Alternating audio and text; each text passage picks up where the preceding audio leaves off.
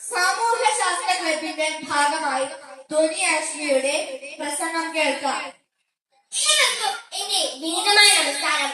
ഈ പരമാവധി വിദ്യാഭ്യാസ വകുപ്പിന്റെ കീഴിലുള്ള 5ാം ക്ലാസ് സാമൂഹ്യശാസ്ത്രത്തിന്റെ അവസാന പാഠമായ ലോസ് ആൻഡ് സൊസൈറ്റി എന്നതിനെ കുറിച്ചാണ് ഞാൻ ഇവിടെ പറയാൻ പോകുന്നത്.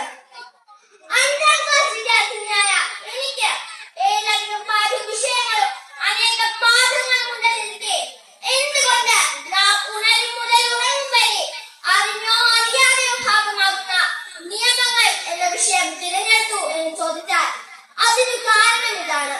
നാം ദിനംപ്രതി കണ്ടും കേട്ടും അറിഞ്ഞും കൊണ്ടിരിക്കുന്ന ഭീകരമായ കൊടും ക്രൂരമായ വാർത്തകൾ.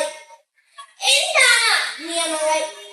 നമ്മുടെ സമൂഹത്തിന്റെ ഘടനയെ പരസ്പരം ബന്ധിപ്പിക്കുന്ന അദൃശ്യമായ നൂലുകളാണ് നിയമങ്ങൾ. ഇന്നത്തെ സമൂഹത്തിൽ 70% പൗരന്മാരും നിയമങ്ങളെ കുറിച്ച് ബോധവാന്മാരാണ് എന്നാണ് എന്റെ വിശ്വാസം. എന്നാൽ എത്ര പേർ അത് പാലിക്കുവാനുള്ള മനസ്സ് കാട്ടാറുണ്ട്?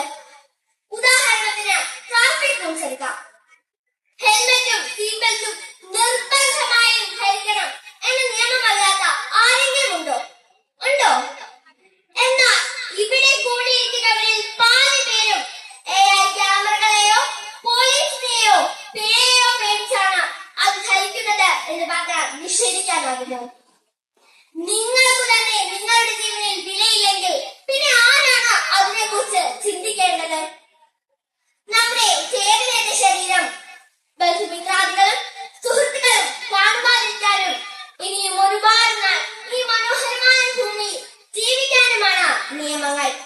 അവയെല്ലാം കൃത്യമായി പാലിക്കപ്പെടുന്നുണ്ടോ എന്ന് നോക്കുന്നവരാണ് നിയമപാലകർ, നമ്മുടെ ജീവനെ നമ്മളെക്കാൾ സ്നേഹിക്കുന്നവർ.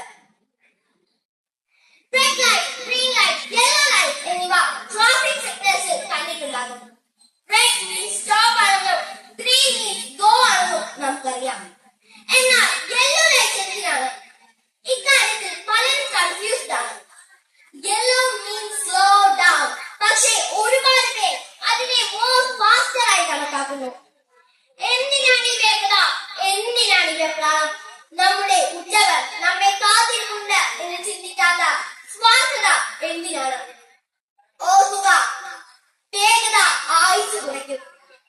നിയമങ്ങൾ പാലിക്കാനുള്ളതാണ്. ഈയിടെയായി കൊലപാതക വാർത്തകളുടെ പരമ്പരയാണ്.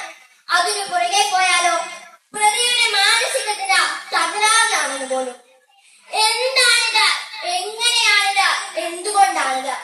കൂടുതലും ലഹരി ഉപയോഗം. മനുഷ്യനെ മനുഷ്യനാക്കുന്നത് നല്ലതും ചീത്തയും തിരിച്ചറിയുവാനുള്ള വിവേചന ബോധമാണ്. ലഹരി ഈ ബോധത്തെ തന്നെ ഇല്ലാതാക്കുന്നു. ലഹരി ഉപയോഗിക്കുന്നവർ തന്നെ അതിനെ പ്രചാരകരായി മാറുന്നു. പണ്ഡിതനെന്നോ പാമ്പനെന്നോ പണക്കാരനെന്നോ പാവപ്പെട്ടവനെന്നോ വേർതിരിവില്ലാതെ നിയമം ലംഘിച്ചാൽ തക്ക ശിക്ഷ ഉറപ്പാക്കണം. ഇനിയും ഒരാൾ പോലും ആവർത്തിക്കാത്ത രീതിയിലുള്ള ഭീതി ആ ശിക്ഷകൾ സൃഷ്ടിക്കണം. ഇവ മാത്രമല്ല നിയമങ്ങൾ. കൂടാതെ കുട്ടികൾക്ക് വിദ്യാഭ്യാസത്തിനുള്ള അവകാശം, സൗജന്യ വിദ്യാഭ്യാസം, ജീവിക്കുവാനുള്ള അവകാശം, പോക്സോ ആക്ട്, സ്വാതന്ത്ര്യത്തിനും അഭിപ്രായം പറയുവാനുമുള്ള അവകാശം എന്നിങ്ങനെ നീളുന്നു നിയമങ്ങളുടെ നില. മനുഷ്യൻ മാത്രമല്ല അവകാശങ്ങൾക്ക് അർഹരായവർ, പക്ഷി മൃഗാദികളും അതിലുൾപ്പെടും. നമ്മുടെ അവകാശങ്ങളെ കുറിച്ച് നാം അറിഞ്ഞിരിക്കേണ്ടിയിരിക്കുന്നു. അറിയാത്തവയെ കുറിച്ച് കൂടുതൽ അറിയുകയും മറ്റുള്ളവർക്ക് പകർന്നു കൊടുക്കുകയും അവയെ പാലിക്കുവാൻ അവരെ പ്രേരിപ്പിക്കുകയും ചെയ്യാൻ നാം ശ്രമിക്കണം. അത് നമ്മളിൽ നിന്നും തുടങ്ങണം, നമ്മുടെ വീടുകളിൽ നിന്നും തുടങ്ങണം. നമ്മുടെ ചുറ്റുപാടുകളിലേക്കും ജില്ലകളിലേക്കും സംസ്ഥാനങ്ങളിലേക്കും ഭാരതമൊട്ടാകെ നമ്മുടെ ചിന്തകളായി പടരണം. മനുഷ്യരക്ഷയ്ക്കും സ്വാതന്ത്ര്യത്തിനും വേണ്ടിയുള്ള നിയമങ്ങളും അവ അനുസരിക്കുന്ന മനുഷ്യരുമുണ്ടെങ്കിൽ ഭൂമിയേക്കാൾ വലിയ സ്വർഗം വേറൊന്നില്ല. ആ സ്വർഗത്തിലേക്കുള്ള വാതായനങ്ങൾ മലർക്ക് തുറക്കപ്പെടട്ടെ എന്ന് ആഗ്രഹിച്ചുകൊണ്ട് നല്ല നാളെ പ്രാർത്ഥിച്ചുകൊണ്ട് നിൽക്കുന്നു.